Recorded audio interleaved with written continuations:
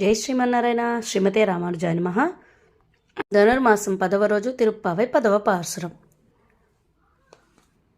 நோத்துச்சுவரகம் புகின்ன அம்மனாய் மாத்தமும் தாராரோ வாசல் திறவாதார் நாத்தத் துழாய் முடி நாராயணன் நம்மாள் போத்தப்பறை தரும் புண்ணிய நாள் பண்டொரு நாள் கூத்தத்தின் வாய் வீழ்ந்த கும்பகர்ணனும் தோத்து முனக்கே பெருந்துயில் தான் தந்தானோ ஆத்த அனந்தருடையாய் அருங்களமே తేత్తమాయ్ వందు తిరవేలోరెంబావాయ్.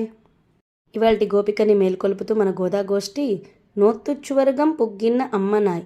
ఏ నోము నోయకుండా స్వర్గాన్ని అలంకరించావా తల్లి, స్వర్గ అనుభవాన్ని పొందుతున్నావా తల్లి అంటున్నారన్నమాట. స్వర్గము అంటే ఇంద్రలోకం కాదు, స్వర్గము కృష్ణయ్యతో ఉండడమే స్వర్గము. కృష్ణయ్యకి దూరంగా ఉండడం నరకం అన్నమాట. అలా మేమిప్పుడు కృష్ణయ్యని పొందడానికిగా ఈ వ్రతం చేస్తున్నాము.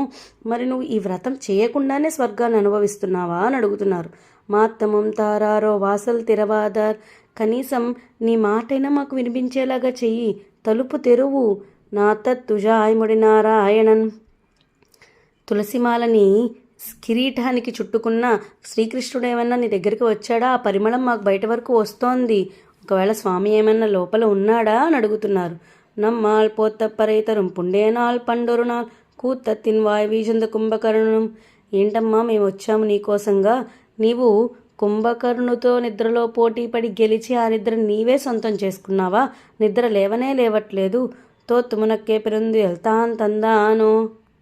గోష్ఠికి ఆచార్యులు వంటిదానివమ్మ, ఓ శిరోభూషణమా, అరుంగళమే, తేత్తమాయ్ వందు, నిదానంగా వచ్చి తలుపు తెరిచి మన గోష్ఠిలో చేరితే మనం నామ సంకీర్తనతో మరి ఒక గోపిక దగ్గరికి వెళదాము అని తెలియజేస్తున్నారు ఇవాల్టి పాసురంలో. జై శ్రీమన్నారాయణ.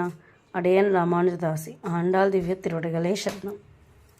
ఇవాల్టి పాసుర నామము నాత్తత్తుజాయముడి నారాయణన్.